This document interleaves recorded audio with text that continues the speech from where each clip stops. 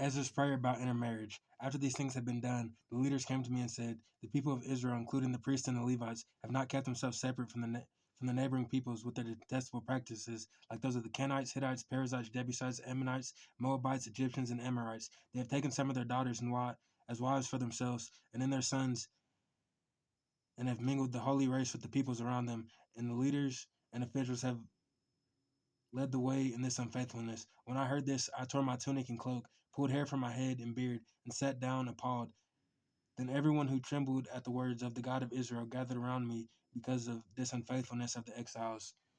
And I sat there appalled until the evening sacrifice. Then at the evening sacrifice, I rose from my self abasement with my tunic and cloak torn, fell on my knees with my hands spread out to the Lord my God and prayed, I am too ashamed and disgraced, my God, to lift up my face to you because our sins are higher than our heads and our guilt has reached to the heavens. From the days of our ancestors until now, our guilt has been great. Because of our sins, we and our kings and our priests have been subjected to the sword and captivity, to pillage and humiliation at the hand of foreign kings as it is today.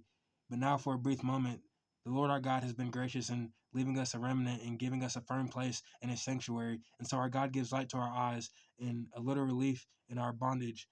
Though we are slaves, our God has not forsaken us in our bondage. He has shown us kindness in the sight of the kings of Persia. He has granted us new life to rebuild the house of our God and repaired its ruins. He has given us a wall of protection in Judah and Jerusalem. But now, our God, what can we say after this? For we have forsaken the commands you have gave through your servants, the prophets, when you said, the land you are entering to possess is a land polluted by corruption of its peoples. By their detestable practices, they have filled it with their impurity from one end to the other. Therefore, do not give your daughters in marriage to their sons, or take their daughters for your sons. Do not seek a treaty or friendship with with them at any time. You may be strong and eat the good things of the land, and leave it to your children as an everlasting inheritance. What has happened to us is a result of our evil deeds and our guilt. And yet our God has and yet our God, you have punished us less than our sins deserve, and you have gave us remnant like this. Shall we then break your commands again and intermarry with the peoples who commit such detestable practices? Would you not be angry enough with us to destroy us, leaving us no remnant or survivor? Lord, the God of Israel, you are righteous. We are left this day as a remnant. Here we are before you in guilt, though because of it, not one of us can stand in your presence. The people's confessions of sin. While Ezra was praying, confessing, weeping, and throwing himself to the ground before the house of God, a large crowd of Israelite men and women and children gathered around him. They wept too bitterly. Then Shechaniah, son of Jehiel, one of the descendants of Elam, said to Israel, we have been unfaithful to our God by marrying foreign women from the peoples around us. But in spite of this, there is still hope for Israel. Now let us make a covenant before our God and send away all these women and their children, in accordance with the counsel of my Lord and of those who fear the commands of our God. Let it be done according to the law. Rise up, this matter is in your hands. We will support you, so take courage and do it. So Ezra rose up and put the leading priests and Levites and all Israel under oath to do what had been suggested. And they took the oath. Then Israel withdrew from before the house of God and went to the room of Jehohanan, son of Elishib. While he was there, he ate no food, drank no water, because he continued to mourn over the unfaithfulness of the exiles. A proclamation was then issued throughout Judah and Jerusalem for all the exiles to assemble in Jerusalem. Anyone who failed to appear within 3 days would forfeit all his property in accordance with the decisions of the officials and elders, and would himself be expelled from the assembly of the exiles. Within 3 days, all the men of Judah and Benjamin had gathered in Jerusalem, and on the 20th day of the ninth month, all the people were sitting in the square before the house of God, greatly distressed by the occasion because of the rain. Then Ezra the priest stood up and said to them, you have been unfaithful. You have married foreign women, adding to Israel's guilt. Now honor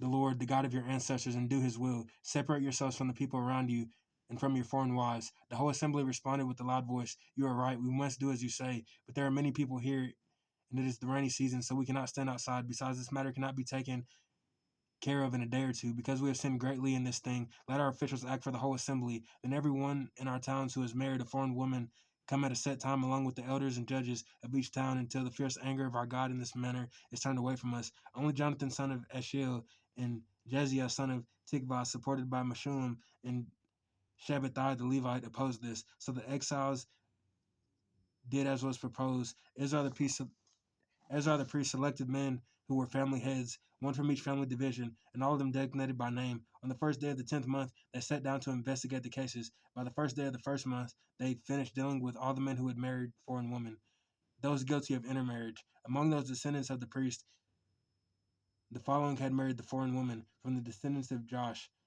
Uah son of Josedek, and his brothers Messiah, Eliezer, Jarib, and Gedaliah.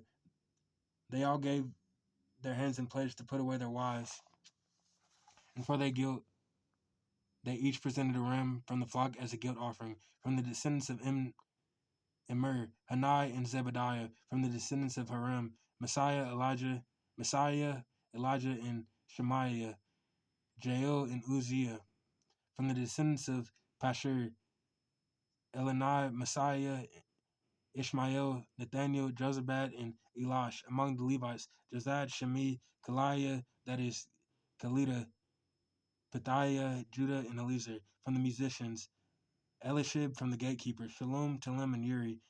And from among the other Israelites, from the descendants of Parash, Ramiah, Isaiah, Malkijah, Jamin, Elizar, Malkijah, and Benaiah. From the descendants of Elam, Mataniah, Zechariah, Jehiel, Abdi, Jeremoth, and Eljah. From the descendants of Zatu, Elani, Elishib, Medaniah, Jeremoth, Zabad, and Isaiah. From the descendants of Bebai, Jehonanan, Hananiah, Zebabai, and Althai. From the descendants of Beni, Meshullam, Maluk, Adiah, Jeshub, Shil, and Jeremoth. From the descendants of Pahath, Moab, Adonai, Kilal, Benaiah, Messiah, Metanani,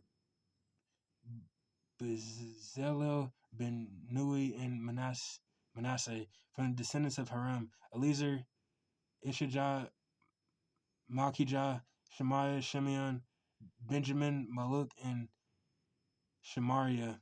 From the descendants of Hashum, Matai, Madani, Matata, Zabab, Eliphet, Jeremiah, Manasseh, and Shemai. From the descendants of Beni, Madai, Aram, Uil, Benaiah, Bediah, Keluhi, Benaiah, Merimoth, Elishib, Medaniah,